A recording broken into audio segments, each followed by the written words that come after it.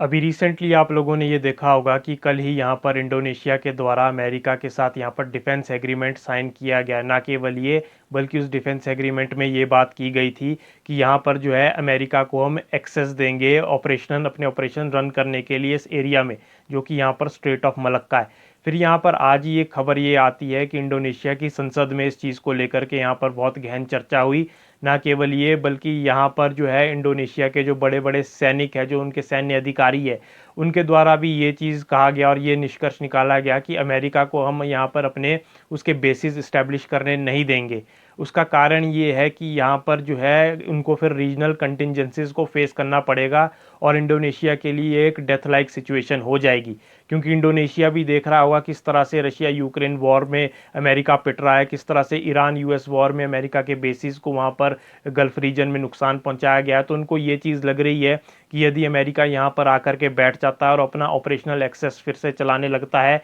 तो यहाँ पर कहीं ना कहीं कॉन्फ्लिक्ट का एक जो है एक जरिया क्रिएट हो जाएगा और उनकी अर्थव्यवस्था और बहुत सारी चीज़ों को यहाँ पर नुकसान होने की पूरी पूरी संभावना है। तो इन्होंने यहाँ पर शायद मुझे ऐसा लग रहा है कि सारी चीज़ों को मद्देनज़र रखते हुए ये डिसीज़न लिया है कि अमेरिका को हम यहाँ पर अपने बेसिस क्रिएट करने नहीं देंगे, यहाँ पर ओवर फ्लाइट की इजाज़त उसको यहाँ पर नहीं देंगे। और ये चीज़ देखिए, अगर इस तरह की चीज़ हो जाती थी तो यहाँ पर जितना भी पैसेज है, जैसे चाइना और भारत के लिए अगर यहाँ से कोई पैसेज जाना था तो अमेरिका के द्वारा यहाँ पर परमिट लेने की आवश्यकता पड़नी थी। ना केवल ये बल्कि अगर स्ट्रेटेजिकली भी चाइना या भारत को यहाँ पर अपने शिप्स वगैरह या एयरक्राफ्ट कैरियर्स वगैरह मूव करने पड़ने थे तो भी यहाँ पर फिर हमारे को कहीं ना कहीं यूएस की परमिशन, यूएस का परमिट लेना पड़ना था।